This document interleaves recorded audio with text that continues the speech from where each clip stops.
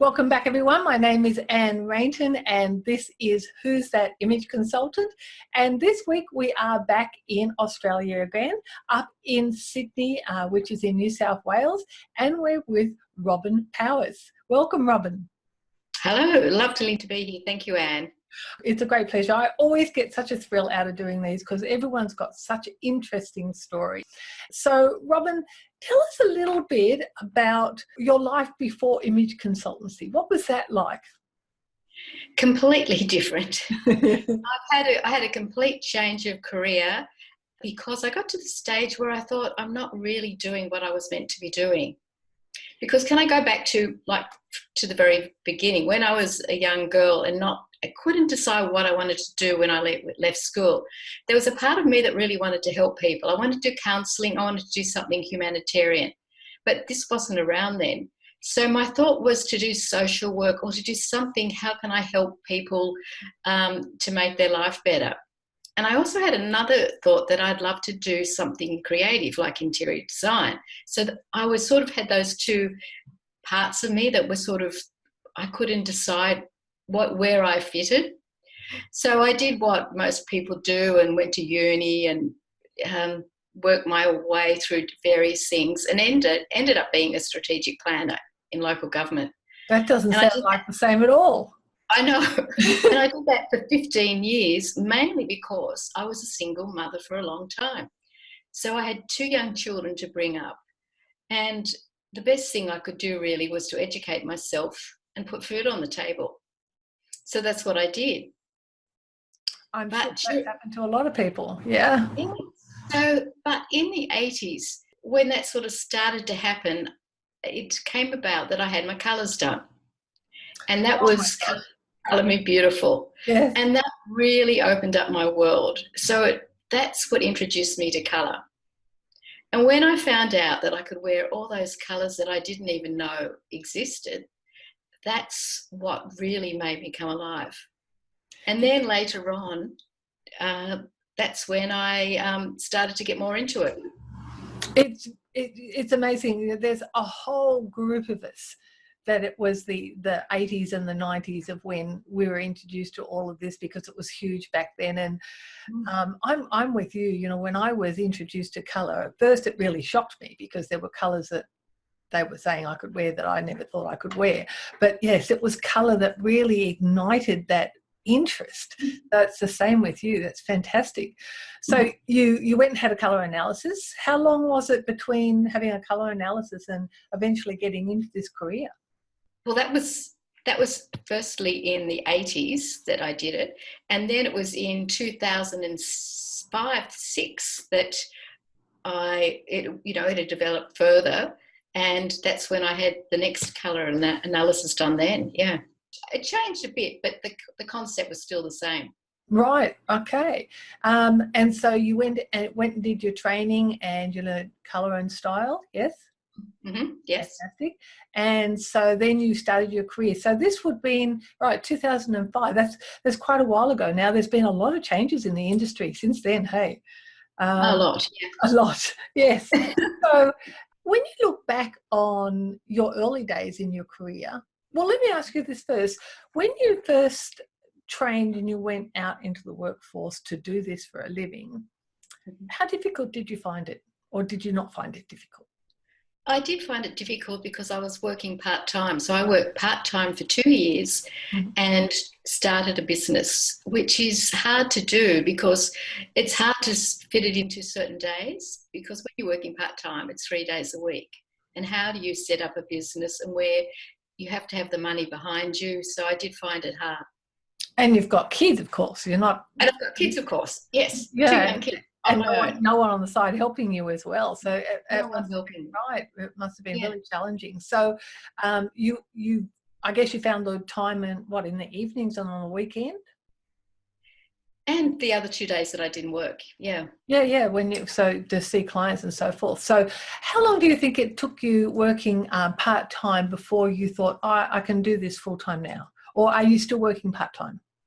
No. That was, I stopped in 2008. So I worked 2 years part-time while starting my business. I actually think that's pretty good. Yeah. especially, I think that's excellent actually, because, you don't have a partner who's providing some extra income. So you've had to develop your business to that stage. I guess it was pretty scary to make that final decision. Yes, I'm going to go out on my own. Very scary. I think the point that really pushed me was that I really didn't like what I was doing. And I didn't like working in an industry where I didn't feel comfortable. It didn't fit my values. And I wasn't getting any joy at the end of the day. Did you set any strategies aside to follow to know when was the right time to break that? Break that? No, you didn't No, put a certain sum of money aside, or you just oh, one yes, day I went, did. yes. But I got to the stage I thought, I just can't, this is it. I've had enough. I've never had a job I didn't like, but I can imagine that being trapped in something that you felt was really unfulfilling, and especially you mentioned values, if it didn't meet your values, that would be really very difficult. Mm. And I like the concept because it learned how to be holistic. So because I was working strategically, I'm able now to put that into my business. So it means that you can see something from the whole big picture because Ah. because I did study. What I did learn in that job was I did do marketing. I did do postgraduate studies. So it got me to understand how to look at things from a different viewpoint. And Oh, that was important. yeah, that's fantastic. So you started out, you made that cut, and you went full time. What strategies did you use to go forth and start to really build a clientele enough that you could actually survive on, as a family? Well, joining networking groups, business groups that would support me. So in those days, Swap was around. All right. So have you heard of Business Swap? I have heard of it. I've never joined it.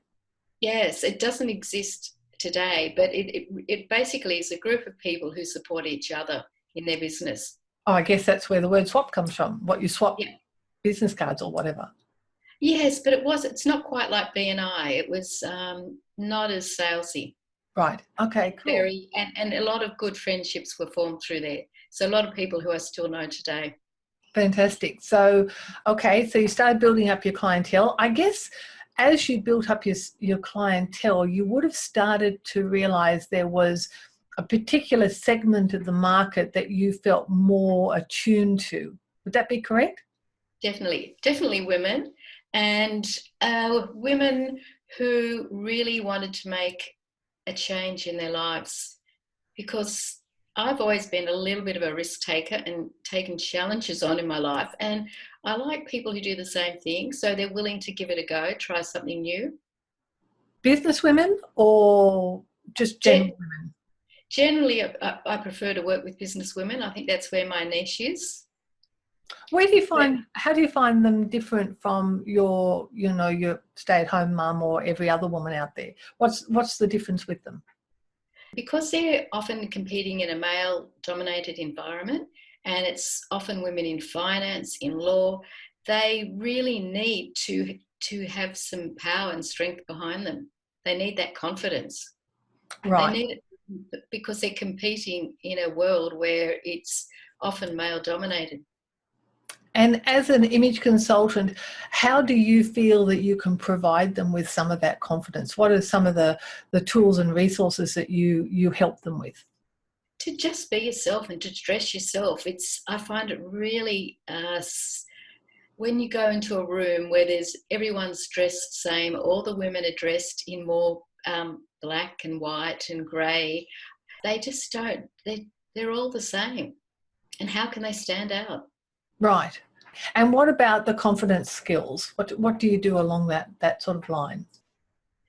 It's if you can believe in yourself and you are being yourself and being authentic and looking the way that you want to look, that gives you that confidence, because it gives you that confidence that you can walk into a room and say, I've got it.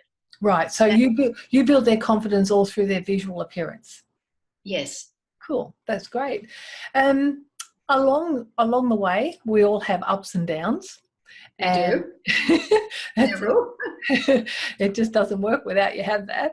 And I think sometimes those challenges make us grow. You know, they really make you look back on them and you go, okay, that was actually not a bad So, in the overall scheme of things. So have you got any challenges that have happened to you over the time where, you know, they've made you sort of stop and you've had to recover or change direction or whatever, that you'd like to share with us? I think it's often you are slow in taking things up. You take on everything yourself, not offloading, not believing yourself enough, and trying to do everything. And Saying I yes think to too much? saying yes to too much, working hours on things that aren't important. Right. Okay. That makes perfect sense. So no real big challenges that you've had to get over in the sense of anything happening to you. It's just the way that you had to work through your business. Yes, yeah. Okay, that's cool. Well, that's good. And what about things that have happened to you along the way that have been your, you know, little wins or big wins? Definitely clients who have changed their life through getting a job or often finding a partner, overcoming a disability. I've had several clients who've had disabilities and helping them so that they can lead a more filled life by wearing clothes that will not detract from their disabilities. That's important to me. Right. You know, it's so true to compare our clothes to armor. Do you think? Oh, You know, definitely, yeah. you know, it's we can put on clothes that can make us either feel strong and confident and willing to take an extra step of something that you wouldn't if you looked in the mirror and saw yourself as lesser. So to me, Yes. it's armor, and it's like getting into character. So, you know, you often hear that when actors are getting ready for a play or a movie, they learn all the lines and they have all these reading times. But often it's when they get into character because they put the clothes and the makeup on and then they do the lines that things really start to hone in. I don't think a lot of people realize how empowering clothes can actually be and disempowering at the same time. I've done some training with a presenter, and one of the things that she taught me was to have a cape. So whenever I'm feeling not quite myself, I have two capes that I wear, one in winter and one in summer. So these So the are one, real capes. no, they're You're imaginary. imaginary. Okay, The cool. one's a big yellowy gold chiffony flowing one that just completely covers me, but just gives me that confidence that it's protecting me. And Interesting. in winter, I have a velvet one with fur around it. Oh, that's really interesting. I guess where that would work too. Are they quite big capes? Very big. Okay, so that would They be cover awesome. everything. Right. So you feel rather grand. Right. And where I think that's also probably working for you is, you know, we talk about power poses, Mm-hmm. right? And part of the power pose is making yourself bigger. So the cape would be doing that as well because it's enlarging you. Fantastic. I really love all these little tricks that people learn along the way that will just help them achieve certain things. All right, so I know that not so long ago, you were part of putting a book together, a beautiful coffee table book, which I've just had a glimpse at. Yes. Could you tell us a little bit, first of all, how that came about and what part did you have in that book? Well, the book is called Amongst Sisters, and it's a book about giving confidence to women and to girls. As women, we really don't believe in ourselves and we always want to look better. Whereas men, it's the same old thing. Women stand in front of a mirror and say, oh, look at this, look at that. Whereas men sort of stand there and preen themselves. And this book was built on that belief. So my part, I was asked to, through a relationship that I met through networking, I was asked to write two stories. One is about, which I've got a very strong belief about, is young girls, is that they need to just be themselves and not have to dress up when when they're very young so that they can just still be a kid. Mm-hmm. Because I think for too long we have to be adults and take responsibility. But when you're young, I think you should be able to just play and have fun and just be that little girl. And the other story?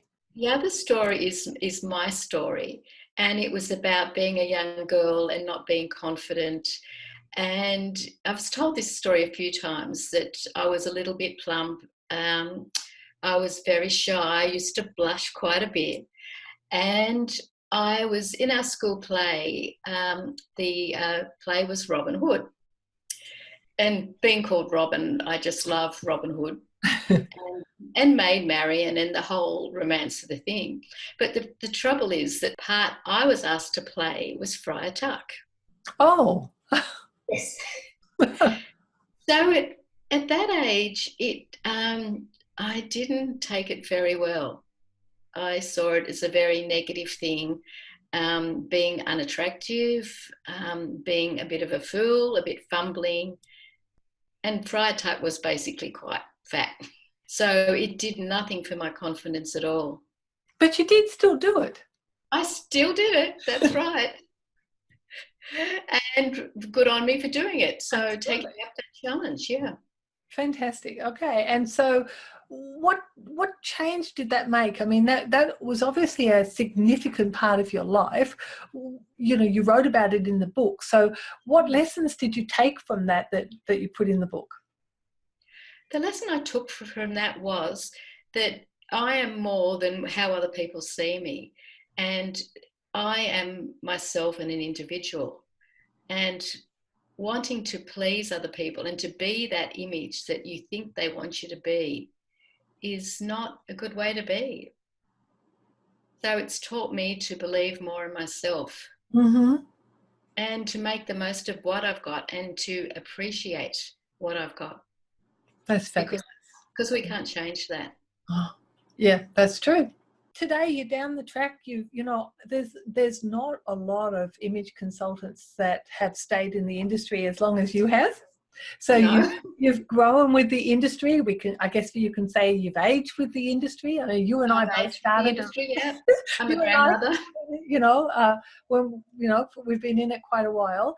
So how have you found that your clients or your business has changed as you've got older? Well, with maturity, you gain a greater confidence in yourself, and you learn to appreciate what you've got, which I've been talking about.